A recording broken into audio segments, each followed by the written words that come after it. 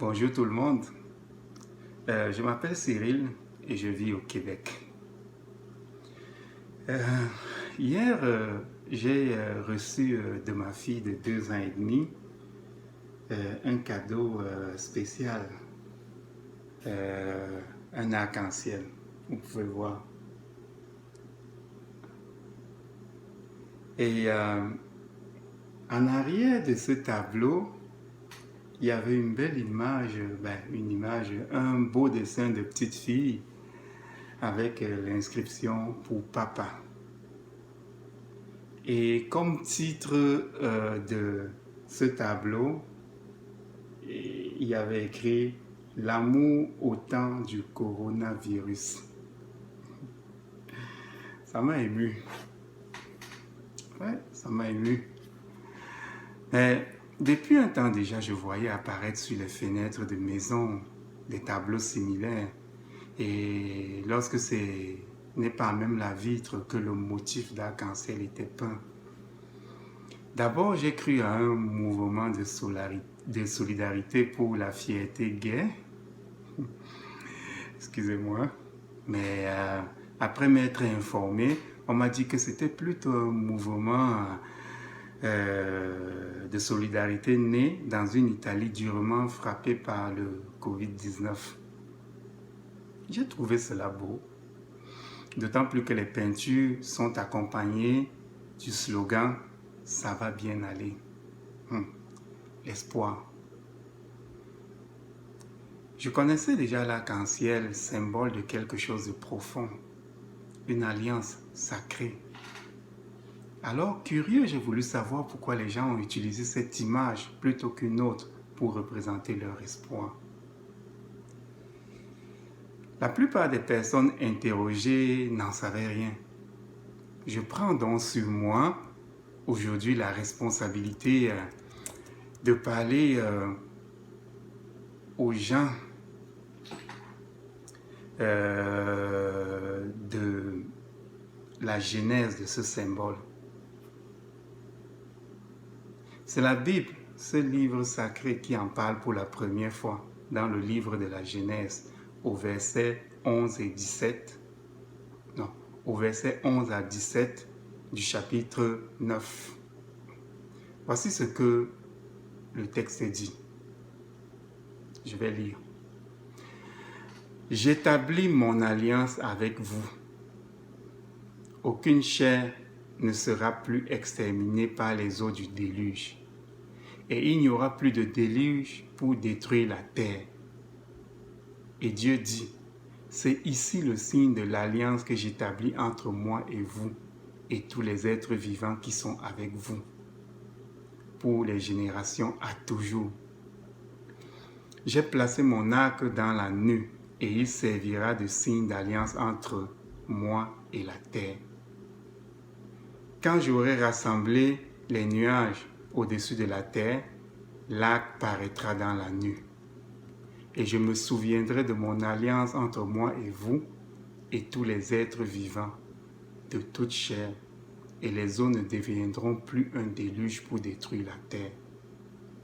L'arc sera dans la nue et je le regarderai pour me souvenir de l'alliance perpétuelle entre Dieu et tous les êtres vivants de toute chair qui est sur la terre. Et Dieu dit à Noé, tel est le signe de l'alliance que j'établis entre moi et toute chair qui vit sur la terre.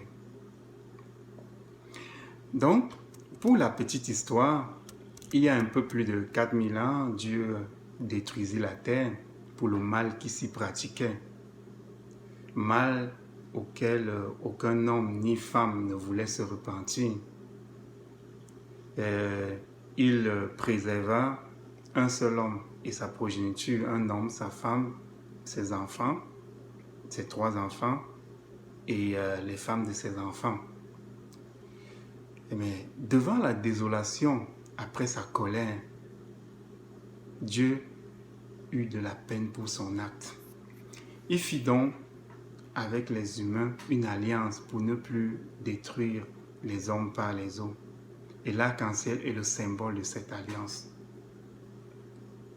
Aujourd'hui, avec le Covid-19, on se demande si l'humanité n'est pas en train de subir la colère de Dieu. Puisque dans cette même Bible, au verset 21 du chapitre 14 du livre du prophète Ézéchiel, ce prophète annonce: oui, ainsi parle l'Éternel, le Seigneur.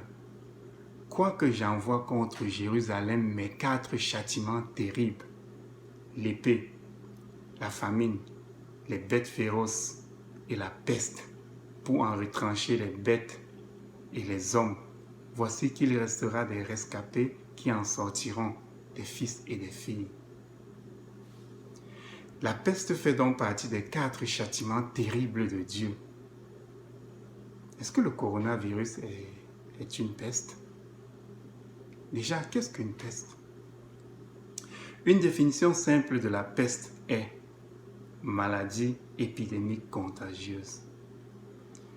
D'après ce qu'on sait du Covid-19, nous sommes en présence d'une peste et par extension devant un jugement de Dieu.